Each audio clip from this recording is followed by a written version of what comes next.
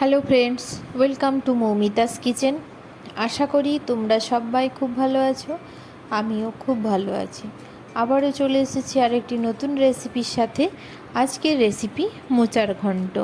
হাতের কাছে থাকা সামান্য কিছু উপকরণ দিয়ে আজকে মোচার ঘন্টটা আমি বানিয়েছি, সেটাই তোমাদের সাথে আজকে শেয়ার করব।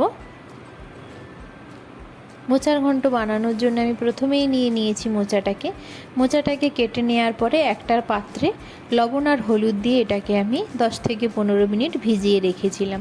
তারপরে এটাকে তুলে ভালোভাবে ধুয়ে জল ঝরিয়ে নিয়েছি।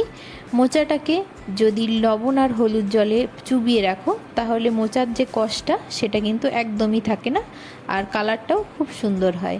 আর নিয়েছি ছোলাটাকে আমি 5 থেকে 6 ঘন্টা ভিজিয়ে রেখেছিলাম।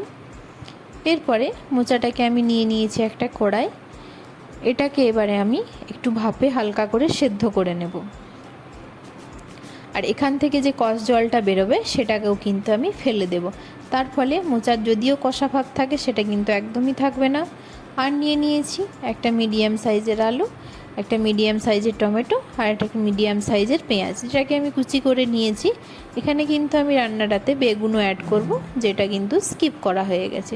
তো চলো ভিডিওতে দেখে নিও তোমরা। নিয়েছি পরিমাণ মতো সর্ষের তেল, কড়াই দিয়ে দিয়েছি।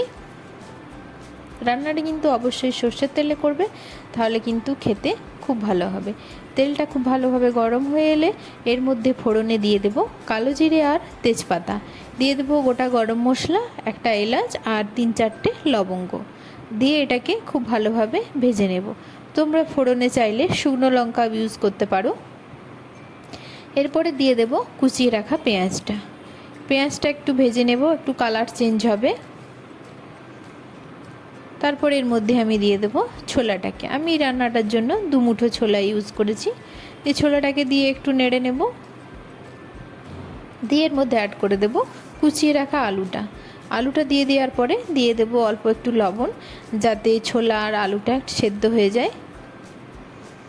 এটা হালকা হাতে একটু ভেজে নেব। এরপরে অ্যাড করে দেব বেগুনটাকেও কেটে রেখেছিলাম আমি। আর দিয়ে দেব 1 চামচ আদা। সব কিছু একসঙ্গে দিয়ে খুব ভালোভাবে নেড়ে চেড়ে ভেজে নেব।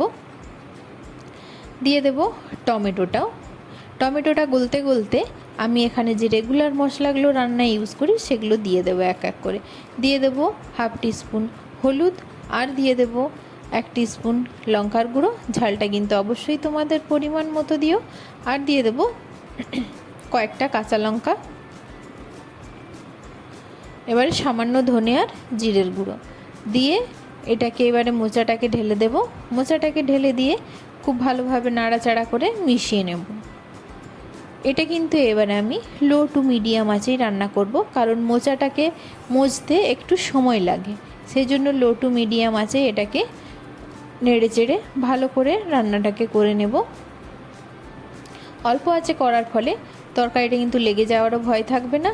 আর যে সবজিগুলো দিয়েছি ছোলা, আলু, বেগুন তো গলেই যাবে, সব কিছু কিন্তু খুব ভালোভাবে সেদ্ধ হয়ে যাবে। এইভাবেই মাঝে মাঝে নাড়া দেব আর ঢাকা দিয়ে কিন্তু রান্নাটা করে নেব। রান্নাটা অলমোস্ট রেডি। এটাকে এবারে ঘি আর গরম মশলা সহযোগে নামিয়ে নেব একটা পাত্রে। যারা ঘি খেতে পছন্দ করো না তারা ঘিটা স্কিপ করতে পারো। নামিয়ে নিয়েছি একটা পাত্রে। আজকের এই রেসিপিটি তোমাদের কেমন লাগলো তোমরা কমেন্টে জানিও। যদি ভালো লেগে থাকে অবশ্যই লাইক, কমেন্ট, শেয়ার করো।